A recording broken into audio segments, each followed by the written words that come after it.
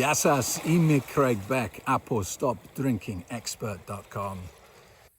Imi stin hanya stin kriti. Yati matheno eleneka edo. Okay, look, enough of my pidgin Greek. Don't worry, I haven't gone insane. I will explain why the Greek in just a moment. I just thought I'd take a time out today to make a quick video because I saw a great post in the Stop Drinking Expert secret Facebook group that my online members use on a daily basis. It's a great group. There's thousands of people in there supporting each other and helping each other go through the process that I take people through on my online course. Now, this was a great post because it was talking about how summer is over, autumn is pretty much over, fall's over, and we're heading towards winter. And this person was basically saying, look, it's getting to the time of year when the nights are getting darker, nights are getting longer, it's getting colder and the weather's miserable outside. What can we do to keep ourselves occupied and away from alcohol in the home on an evening? And I totally get that. And so I wanted to make a quick video about it. Now, the reason that, the home is one of the most challenging environments to be in when you quit drinking is because of how society and culture has evolved with this drug. If you go back far enough, 80, 90, 100 years, then alcohol was something that was consumed in a pub. That's it pretty much. Alcohol use at home was very rare, Christmas, New Year, that sort of thing. But outside that, not really. Alcohol was done in pubs. And because back then the culture was that it wasn't seemly, it wasn't the done thing for women to go drinking in pubs, definitely not on their own, but even still, not even with male company sometimes, this was a male problem. If I was around 100 years ago and I'd set up the Stop Drinking Expert newspaper, I would be focusing 100% of my efforts on men, because this was a male-only problem. Not because women were resistant to it or, they didn't have the same propensity to get addicted. It's just that simply it was restricted to them by society and standards. Now, of course, we don't drink in pubs anymore. Certainly in the UK, pubs and bars are closing down at a crazy rate. We're doing our drinking at home. And you can see the evidence of this in the supermarket aisles. Because back when I was a kid, 30, 35 years ago, if you went to a supermarket, the alcohol section would fill half an aisle. That's about it. There was like 6 options when it came to wine. There was some really acidic, horrible French wines. There was some really sweet and sickly German wines. Liebfraumilch, Blue Nun, Black Towers. You remember these brands? And then a couple of Portuguese rosé wines that would come in a bell-shaped bottle. Do you remember it? Mateus Rosé it was called. And when your parents were finished drinking it, they would stick a candle in the top and make a lamp out of it or something. The really cheesy 70s horrible stuff. But these days, you go to a supermarket and the alcohol section is one of the biggest departments in the shop, isn't it? I mean, literally 5, 6, 7 aisles of nothing but alcohol. They've got wine from every country in the world. They've got spirits of every variety. They've got liqueurs and cocktails. And because the alcohol industry is so devious and narcissistic, they've worked very hard to create more and more liquor that appeals to younger people. Because pretty much everybody who ever snook a taste of his dad's whiskey when he was a child or she was a child spat it out and went, "Ah, disgusting." So what the alcohol industry has done is they spent a lot of time releasing more and more heavily sugared and creamed drinks. So they've used toffee as an ingredient. They've used chocolate as an ingredient, bananas and strawberry and all these wonderful things that kids like, that they can get started on nice and early and then accelerate into a proper, good, solid bit of alcoholism. So the supermarket aisles are full of alcohol and they're pushing it like crazy. Buy 2 bottles of wine, get 1 free. Half-price spirits this week, half-price wine, especially around Thanksgiving and Christmas. You look in any supermarket at the alcohol offers. They're crazy. They're running loss leaders because they know if you get addicted, you're going to become an excellent customer. And because of this change in mentality, because this drug has evolved in society, we are no longer drinking in pubs, we are taking it home, and we are drinking in the house. Now, this creates a multi-level problem. First, nobody's monitoring our drinking anymore. Nobody's saying, hey, think you've had enough. Off home, not serving you anymore. Two, have you noticed how small the measures are in pubs when you actually do go into a pub? Back when I was a drinker, I would be shocked when I asked for a whiskey in a pub. And they'd give me this much. I was like, hey, what are you joking? So I'd ask for a double whiskey. And even then, a double whiskey was like a fraction of what I would pour myself at home. And this is great when you're a drinker in one way, because what it does is it gives you plausible deniability. It means that when your wife says to you, how much whiskey did you drink tonight? You can say, I only had 2 glasses. Of course, what you're leaving out there is that your 2 glasses of whiskey would be the same as about 12 in a pub. So that's the second problem. The third problem is we're creating some Pavlovian conditioning around a very dangerous drug in a place where we're supposed to be safe and secure. A man's home is his castle, as they say, and so you should feel safe at home. But actually what you're inadvertently doing is you're creating what we call a psychological anchor between alcohol and your house. And what I mean by this is, you remember the story of Ivan Pavlov and his dogs. Ivan Pavlov was a Russian pseudoscientist who ran experiments using his dogs. Every time he fed his dogs, he would ring a bell. Feed the dogs, ring a bell. Feed the dogs, ring a bell. And eventually he noticed that if he took away the food and just rang the bell, he would get the same response. The dogs would salivate and respond as though food was being served. And it's called Pavlovian conditioning. And this is exactly what you've done over the years. You've been stressed after a hard day at work, you've gone home and you've drank alcohol. Stressed, drank. Stressed, drank. Stressed, drank. And you've created a physical piece of meat inside your head that facilitates your desire to drink in the house. So now, when you quit drinking, where is one of the most challenging places for you to be? Your own home. The place where you're supposed to feel safest and most secure. You have inadvertently turned it into the biggest challenge of your life. And so back to this post on Facebook.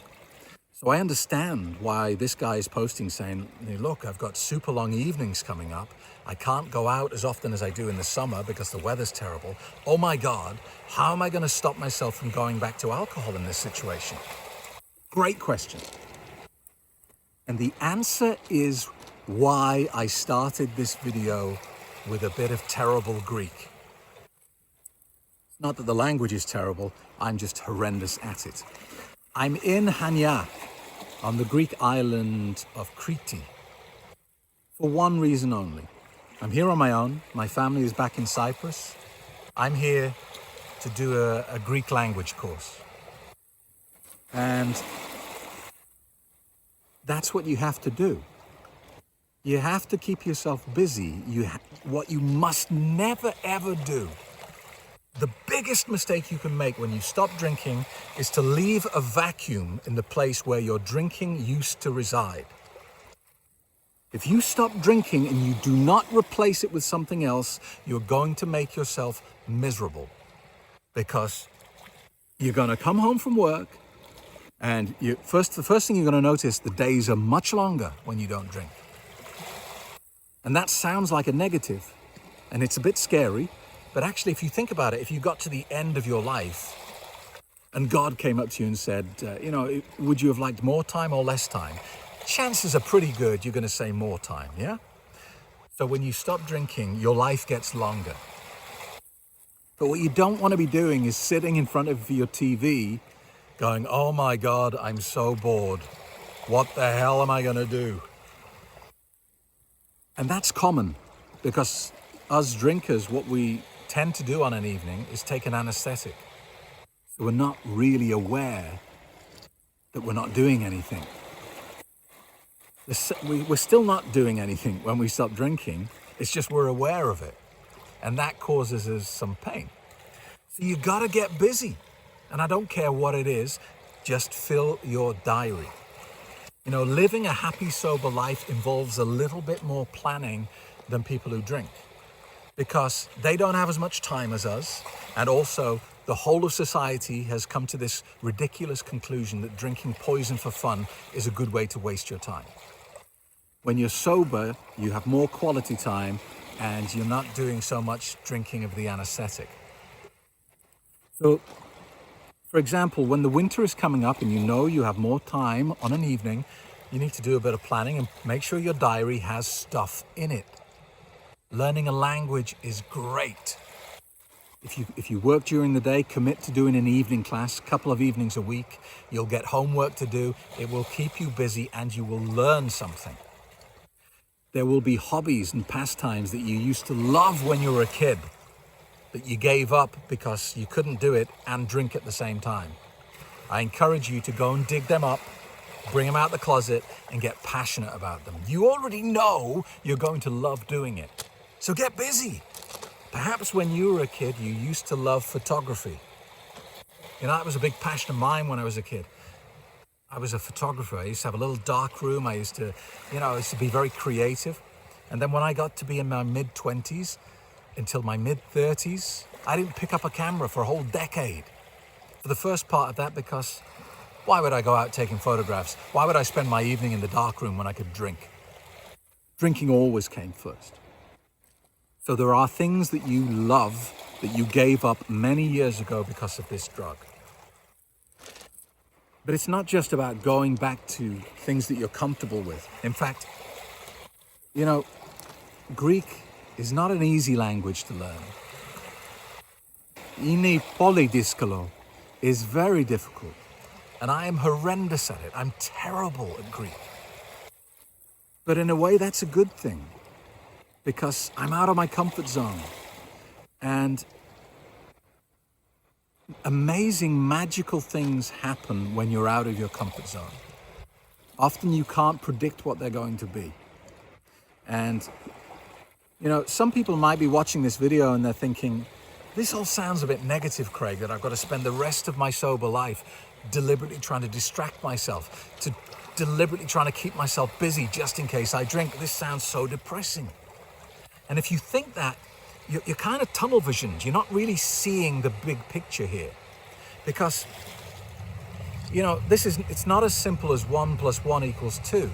Coming here to Hanya to learn Greek, you would assume the action, the benefit that comes as a result of doing this is I will be able to speak a little bit of Greek. But that's too tunnel visioned, it's too narrow-minded. Who knows who I will meet on this journey? Who knows what will happen to me? Who knows what I will find out about? Who knows what relationships and friendships will begin as a result of me taking this course? So don't assume that 1 + 1 = 2. Just throw yourself into something that challenges you, that pushes you out of your comfort zone, and enjoy feeling uncomfortable. Because if you're uncomfortable, you're learning, you're growing, you're developing. And that's what it's all about, to continually be learning. It's the opposite of a problem drinker, because a problem drinker just spends half their life with an anesthetic in their body, just in a zombified state, in a complete state of stasis. Not developing, not growing, not enhancing, not having great ideas, not having great relationships, not having sex, not doing anything. Just like a zombie in a chair, drinking poison for fun. And when you stop drinking, you give yourself a hugely positive gift. You give yourself the gift of possibility. I'm here in Hanya to learn Greek because it's difficult and I'm uncomfortable and I feel stupid and I feel like, oh my God, I must be the slowest person on the earth. But half of me also knows that my comfort zone is a beautiful, warm and cozy place, but nothing grows there. It's barren. And I will not get better or bigger as a man staying in my comfort zone. That's a long answer to a short question. So during the winter, planning is essential. You better make sure your diary is packed with good stuff to do. Don't see the weather as an excuse. Get out the house, go do stuff. Go visit friends and family, commit to learning, try something new, go back to old hobbies, socialize with people, but keep yourself busy. It's so important that you never stop drinking and leave in its place a vacuum. You're making life so much harder than you need it to be. Thank you for watching. Ευχαριστώ πολύ. Now, if you are worried about your drinking and you're one of those amazing people that wants to take action now and is not one of those people that's saying, I'll do this in January, this will be my New Year's resolution, the same way that the diet always starts Monday. If you're ready to deal with your drinking, go to my website now and register for today's free Quit Drinking webinar, and I'll tell you how I help people. StopDrinkingExpert.com. Just enter your email address and you will get an invite to the next webinar happening. If you're thinking about coming to boot camp, I've got some bad news. Well, not bad news, but mediocre news. There's going to be no boot camps for the next, well, at least 4 months, because I did a crazy number in 2019. We did Sydney, Australia, Toronto, Canada, Nashville. We did Chicago, Dublin, London twice, New York. And while I've got a serious amount of air miles stacked up, I'm kind of wiped out with the traveling. So I'm going to take a break from boot camps for 3-4 months while we move home and stuff like that. Lots of family stuff to do. So boot camps are on hold for the moment, but they will be back in the summer of 2020. So if you've been putting off taking action because you're thinking, well, I'll just go to the next boot camp, don't do that. Join the webinar and get started with the online course today, because if you do that, you get seriously discounted access to all the boot camps anyway. All right? Thank you so much for watching, and Yasas from Hanya Kriti. I will see you in the next episode.